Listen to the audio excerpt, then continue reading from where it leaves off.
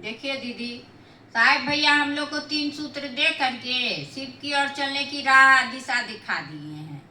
3 सूत्र के राजमार्ग पे चलते चल रहे हैं हम लोग, जहाँ तक महादेव अपनी ओर ले चले। शिव के पास तो ऐसा, हमारे गुरु के पास ऐसा चुंबक है जो वो अपने ओर खींचता है। थोड़ा सा सट न जाइए, देखिए वो आपको अपने ओर खींचते रहेंगे। शिव को गुरु बना लीजिए, चद्दर तान के सो जाइए। देखिए वो आपको सोने नहीं देंगे, वो अपने ओर ले चलेंगे और अपना काम कराते ही रहेंगे। ऐसे तो हमारे महादेव है जो वो अपने ओर खींचते हैं, अपने ओर ले चलने की राह दिशा दिखाते हैं और लेते चलते हैं। दीदी, जब सृष्टि नहीं थी, सृष्टि जब सृष्टि हुई और कुछ नहीं था धरती पे, तो एक मात्र महादेव अघोर और एक मात्र माता भवानी अघोरी, अघोरा और अघोरी महादेव और मैया भवानी को ही कहते हैं। तो दीदी, इन दोनों ने एक कोई नहीं था धरती पे, तो महादेव ने इच्छा की, एको हम बहुश्यामी। इच्छा सबका सब करता है दीदी, तो किसी का इच्छा ठहरता है और किसी का इच्छा नहीं ठहरता है। तो महादेव ने इच्छा की और उस पे खड़े रहें। किसी की इच्छा टूट जाती है और जो खड़े रहते हैं तो उसका परिणाम अच्छा निकलता है, आगे उसका परिणाम चलता है। तो हमारे महादेव उस इच्छा पे और माँ भवानी खड़ी रही और वो इच्छा सृष्टि हुई कि एको हम बहुश्यामी, हम एक हैं और एक से हम बहुत हो जाएंगे। तो सृष्टि सृष्टि हुई और उसमें तरंग उत्पन्न हुई। वो तरंग की ध्वनि थी ओ म। सुनने में एक शब्द बनता है ओम। उससे हुआ, ओ से हुआ दीदी की ब्रह्मानी, उससे सृजन करने की शक्ति है और उससे हुआ कि स्थिति चला रही है, ब्रह्मानी शक्ति है। और हुआ कि जो कि वैष्णवी महादेव की शक्ति है, रुद्रानी शक्ति है, रुद्र करने की, लय करने की शक्ति है। दीदी, हमारे महादेव कहते न गुरुर ब्रह्मा गुरुर विष्णु गुरुर देवो महेश्वर गुरुर साक्षात पर ब्रह्मा तस्मै श्री गुरुवे नमः, तस्मै श्री गुरुवे नमः। क्या गुरु के पास ब्रह्मानी शक्ति है? क्या गुरु के साथ वैष्णवी शक्ति है? क्या गुरु के पास महेश की शक्ति है? नहीं दीदी, गुरु के पास वैसे स्थिति चलाने की, उत्पन्न करने की शक्ति है। गुरु उत्पन्न करती है और लेके चलाने की क्षमता रखती है, वैष्णवी शक्ति है, स्थिति करती है और वो लेके चलता है। और गुरु के पास रुद्र करने की भी शक्ति है, लय करने की शक्ति है। तो दीदी, हमारे गुरु तो ज्ञान दाता है, वो तो ज्ञान ही ज्ञान देते हैं और उससे सृष्टि सृष्टि हुई और दुनिया उसी से चला। जब धरती पे कुछ नहीं था तो महादेव और माता भवानी ने तरंग पैदा हुआ और उस तरंग से ध्वनि हुआ ओम का, और उसी ओम का ही प्रकटीकरण है, प्राण मंत्र है नमः शिवाय। और नमः शिवाय एकमात्र महादेव का प्राण मंत्र है दीदी, जो हम लोग को साहेब भैया दिए। साहेब भैया के सांस पे नमा आई और शिवाय उतर गया। क्या कोई ऐसा मानस के पास आया? वो पतले दुबले साहेब भैया उसके जब बैठे हुए थे आम के वृक्ष के नीचे और एक हाथ में चाबी का गुच्छा लिए हुए हैं और घुरा रहे हैं, मन में चिंतन है क्या करे। शिव को गुरु बना लिए, कहीं कुछ नहीं दिखाई पड़ रहा है दीदी। शारीरिक गुरु रहते तो उसको बोलते भी, कुछ डांटते भी, लेकिन हमारे शिव तो शरीर में है नहीं, कहाँ से क्या करे। हताश और निराश मन एकदम महादेव साहेब भैया का और बैठे हुए हैं आम के वृक्ष के नीचे मुजफ्फरपुर तुर्की कॉलेज के सामने। और एकाएक नमा आती है और शिवाय उतर जाता है। सांसों के द्वारा नमा आई और शिवाय उतर गया। क्या हम लोग के साथ वैसा हो सकता है दीदी? हम लोग को तो दे दिए 3 सूत्र। जब नहीं था भैया के पास तो कितना कष्ट हुआ, कितना कठिनाई हुआ। मधेपुरा में जब प्रसाद चढ़ाने की बारी आया तो 50 रसगुल्ले की नदिया में दे करके के सिंहेश्वर मंदिर में चढ़ाने के लिए कहा गया। वहाँ का आदमी सब, पुरोहित सब बोला कि नहीं, इसका घर में भूत प्रेत का खेल होता, क्या जाने यहाँ भी भूत प्रेत आएगा, मिठाई कुछ हो जाएगा, खा जाएगा। तो साहब भैया बोले कि सो आपका मर्जी है चढ़ाइए, नहीं मर्जी है मत चढ़ाइए। लेकिन कुछ लोगों ने कहा चढ़ाया जाए। मिठाई चढ़ा दीदी। थोड़ा देर के लिए 2 मिनट के लिए दरबार बंद किया गया, पट बंद हुई और लाइट भी चला गया दीदी। उतने देर में मिठाई चढ़ गया, 15 रसगुल्ला गायब और 35 रसगुल्ला जैसे लगे कि आधा आधा ब्लेड के से कटा हुआ एकदम समान मात्रा में रखा हुआ है। तो वहाँ भी हल्ला होने लगा कि मिठाई चढ़ गया, मिठाई चढ़ गया। जब नदिया चढ़ाए तो साहब भैया बस इतने बोले कि बुढ़ऊ लाज रखियो, और उनकी लाज रखा गया और मिठाई चढ़ गई दीदी। और तीसरा सूत्र साहब भैया काली के उपासक के पास थे और वहाँ पे रस्तोगी जी के घर में वो 3 बजे से ही उठ करके अपना पूजा उजा का कुछ कर रहे हैं और साहेब भैया भी बैठे हुए हैं कुर्सी पे। और तब उसे आकाशवाणी होती है, हरेंद्र तुम क्या करते हो? जब उस टाइम साहेब भैया कलेक्टर थे, लेकिन वो नहीं बोले कि कलेक्टर हैं, वो बोले सिर्फ शिष्य बनाते हैं।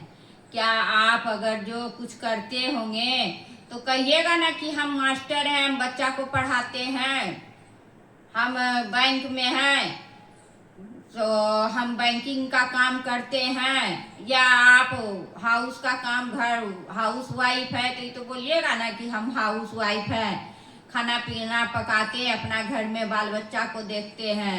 लेकिन नहीं, साहेब भैया बोले हम सिर्फ शिष्य बनाते हैं। तो सोचिए दीदी, कोई ऐसा साधु नहीं था कि परिवार लेकर के अपना साधु का भी काम कर रहा है। चाहे साधु बन गया तो घर परिवार छोड़ दिया, और नहीं है साधु तो अपना घर द्वार भी देख रहा है। लेकिन ऐसा धरती पे मानव आए कि साधु के रूप में, साधु भी है और अपना परिवार भी देख रहे हैं, चला भी रहे हैं। सोचिए, ऐसा तो हमारे साहेब भैया थे और सबको लेके चले और चला रहे हैं। साहेब भैया का जन्म अमरोली में हुआ है। अमरोली में 31 अक्टूबर 1948 में साहेब भैया का जन्म हुआ और 1947 में भारत आज़ाद हुआ। भारत की आज़ादी का खुशी चल ही रही थी कि जो साहेब भैया का जन्म हो गया। सोचिए, रात में जन्म हुआ, सुबह में जन्म हुआ, रात में दीपावली मनाया गया। दीपावली पूरा दुनिया को इंजोरा कर दिए। ऐसा हमारे साहेब भैया थे कि जग को उजाला ला दिए। तो सोचिए दीदी, साहेब भैया जो हमें 3 सूत्र दिए हैं, ये कमाल की चीज़ है। ये हमें शिव की ओर ले चलते हैं और शिव से बड़ा कोई गुरु नहीं है दीदी। गुरु इतना आए लेकिन सब अपने बारे में बताएं। शरीर में अगर जो कुछ ज़्यादा कुछ कष्ट होता है तो हम लोग डॉक्टर से दिखाते हैं। जब डॉक्टर भी थक जाता है तो डॉक्टर बोलता है जाओ भगवान जी के पास जाओ, मंदिर जाओ, मस्जिद जाओ, यहाँ जाओ, वहाँ जाओ। वहाँ भी जाने पे बड़ा बड़ा साधु संत बोलते हैं कि महादेव का पूजा कीजिए, मृत्युंजय जाप कीजिए, रुद्र अभिषेक कीजिए, तो वो भी महादेव के पास भेजते हैं। सोचिए दीदी, तो हमारे महादेव साहेब भैया जो बोले कि जो बाद में कष्ट आकर के करना है तो वो हम लोग पहले से क्यों नहीं करें महादेव का काम?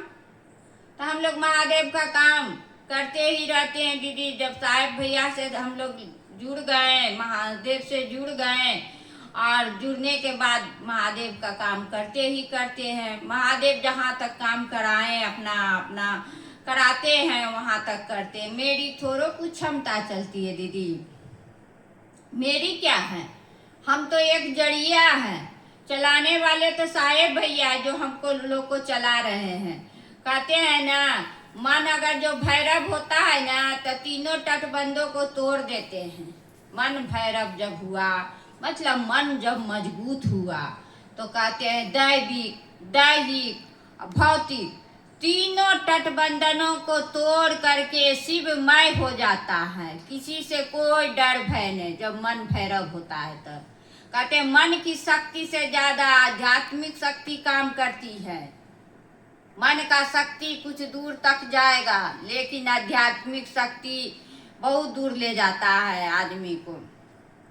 एक पैरालिसिस मारा हुआ व्यक्ति था, उसके पास कोई जाता था रोज बोल देता था कि उसके पास गया तो बोला क्या करें, हम बीमार हैं, अब हम नहीं उठ सकते हैं, नहीं चल बुल सकते हैं। कोई गुरु भाई था, बोला आप शिव को गुरु बना लीजिए। तो बोला क्या करेंगे बना के, हम तो कुछ कर ही नहीं सकते हैं। तो बोले कि बना लीजिए, मन ही मन बिछावन पे ही दया मांगते रहिएगा। बना लिया बेचारा कि चलो भाई बना लेते हैं, कुछ तो कर नहीं सकते हैं, महादेव का कुछ काम तो करेंगे नहीं हम, तो रस तो कुछ होगा नहीं। शिव को तो उसने गुरु बना लिया और जब मन होता था सोए सोए महादेव महादेव कर लेते थे। एक दिन ऐसा हुआ, गांव था, गांव में तो सबका घर सटा सटा रहता है, एक घर में एक घर सटा, एक घर में एक घर सटा, ऐसे रहता है दीदी। सटा हुआ घर था, आग लग गई एक दिन, एक रात की बात है, गांव किसी का घर में आग लग गया। अब एक घर पकड़ के दूसरा घर जा रहा है, दूसरा घर पकड़ के तीसरा घर जा रहा है। अब सब ने आग लगा, सब घर का आदमी भाग गया। जो सोया हुआ व्यक्ति पैरालिसिस पीड़ित सोया हुआ, किसी को नहीं याद रहा कि इसको भी लेके जाना है। अब तो महादेव महादेव कर रहा, कोई नहीं आ रहा, कोई नहीं ले जा रहा है। तो देखिए महादेव महादेव करते करते सोचिए उसमें ऐसा ऊर्जा आ गई, ऐसा ऊर्जा आ गई कि उठ के वो अपने दौड़ के बाहर निकल गया। सबने देखा कि बरसों से जो खाट पे सोया हुआ रहता था आज वह कैसे उठ के चल रहा है। तो उस महादेव की शक्ति काम की ना, आध्यात्मिक शक्ति काम की ना। मन तो हार गया था उसका, मन उसका बिछावन पे सो गया था, लेकिन उसका आध्यात्मिक शक्ति काम किया। महादेव महादेव करते करते एक दिन ऐसा महादेव किए कि उसे खटिया पर से उठा करके दौड़ा दिया। सोचिए महादेव में बल है दीदी। तब तो कहते हैं बल है, कैसे नहीं बल है।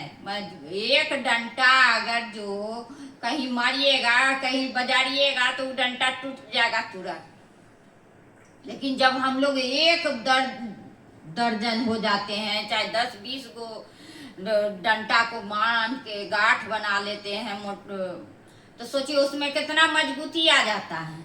उसी प्रकार हमारे साहब भैया का कथन है कि एक को हम बहुश्यामी, एक हम थे, एक से अनेक हुए, सबको चलना है, साथ एक ही जगह जाना है, मंजिल सबका एक है, शिव के शिखर पे बैठे हुए हैं, उसी शिखर पे जाना है। तो कहते हैं ना दीदी, चलने वाले पहाड़ को भी सीढ़ी बना देता है।